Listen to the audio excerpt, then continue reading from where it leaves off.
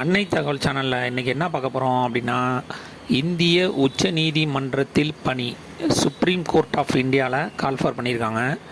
மொத்தம் எத்தனை போஸ்டிங் அப்படின்னா 107 போஸ்டிங்கு கால்ஃபர் பண்ணியிருக்காங்க. என்னென்ன போஸ்டிங் அப்படின்னா, court master, shorthand group A gazetted மற்றும் senior personal assistant and personal assistant group B non gazetted posting அப்படின்னு சொல்லியிருக்காங்க. பிளேஸ் ஆஃப் போஸ்டிங் எங்கே அப்படின்னா ஆல் ஓவர் இந்தியா அப்படின்னு சொல்லியிருக்காங்க.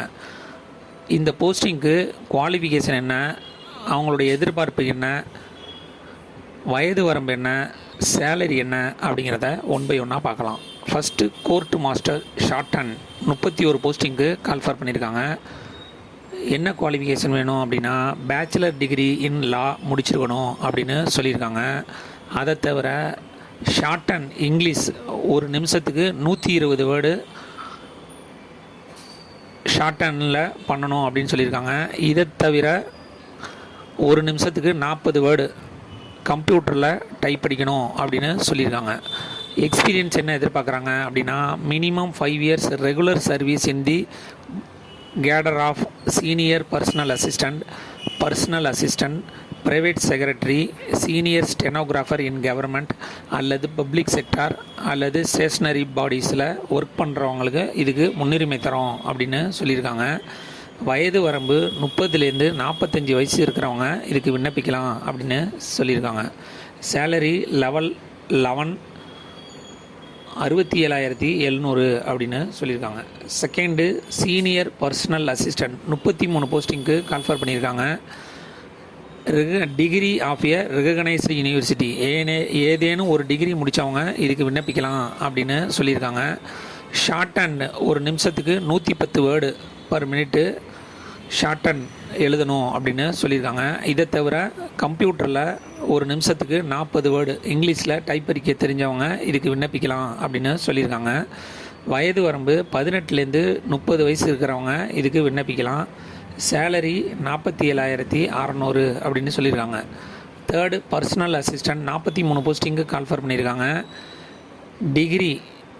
எனி டிகிரி முடித்தவங்க இதுக்கு விண்ணப்பிக்கலாம் அப்படின்னு சொல்லியிருக்காங்க. Short and English per minute 100 words எழுத தெரிஞ்சவங்க இதுக்கு விண்ணப்பிக்கலாம் அப்படின்னு சொல்லியிருக்காங்க. இதை தவிர கம்ப்யூட்டர் ஆப்ரேஷன் ஒரு நிமிஷத்துக்கு 40 வேர்டு டைப் படிக்க தெரிஞ்சவங்க இதுக்கு விண்ணப்பிக்கலாம் அப்படின்னு சொல்லியிருக்காங்க. வயது வரம்பு 18லேருந்து 30 வயசு இருக்கிறவங்க இதுக்கு விண்ணப்பிக்கலாம் அப்படின்னு சொல்லியிருக்காங்க. சேலரி லெவல் 7 44,900 அப்படின்னு சொல்லியிருக்காங்க. ஏஜ் ரிலாக்ஸேஷன் யார் யாருக்கெல்லாம் கொடுத்துருக்காங்க அப்படின்னா SC/ST கேண்டிடேட்டாக இருந்தாங்க அப்படின்னா அவங்களுக்கு 5 இயர்ஸ் ஏஜ் ரிலாக்ஸேஷன் கொடுக்குறாங்க. OBC கேண்டிடேட்டாக இருந்தாங்க அப்படின்னா 3 இயர்ஸ் ஏஜ் ரிலாக்ஸேஷன் கொடுக்குறோம் அப்படின்னு சொல்லியிருக்காங்க. இதை தவிர ஃபிசிக்கலி சேலஞ்சரு ஜென்ரல் மற்றும் எக்கனாமிக்கலி வீக்கர் செக்ஷன் கேண்டிடேட்டாக இருந்தாங்க அப்படின்னா அவங்களுக்கு 10 வருஷம் ஏஜ் ரிலாக்ஸேஷன் கொடுக்குறாங்க. ஃபிசிக்கலி சேலஞ்சரு SC/ST கேண்டிடேட்டாக இருந்தாங்க அப்படின்னா அவங்களுக்கு 15 வருஷம் ஏஜ் ரிலாக்ஸேஷன் கொடுக்குறாங்க.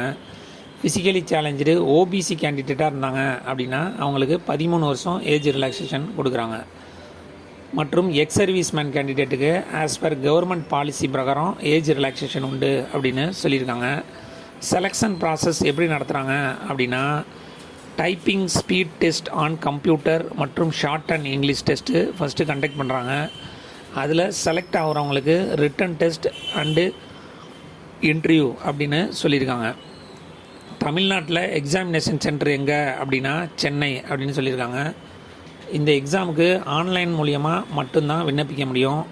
Online application fees SC/ST ex serviceman physically challenged கேண்டிடேட்டாக இருந்தாங்க அப்படின்னா அவங்களுக்கு 250 ரூபா ஆன்லைன் ஃபீஸு. அதுவே அதர் கேண்டிடேட்டாக இருந்தாங்க அப்படின்னா அவங்களுக்கு 1000 ருபீஸ் அப்படின்னு சொல்லியிருக்காங்க. விண்ணப்பிக்க கடைசி நாள் 31/12/2024 அப்படின்னு சொல்லியிருக்காங்க. டிஸ்கிரிப்ஷனில் லிங்க்கு கொடுத்துருங்க. விண்ணப்பித்து வெற்றி பெற்று பணியில் சேருக. நன்றி, வணக்கம்.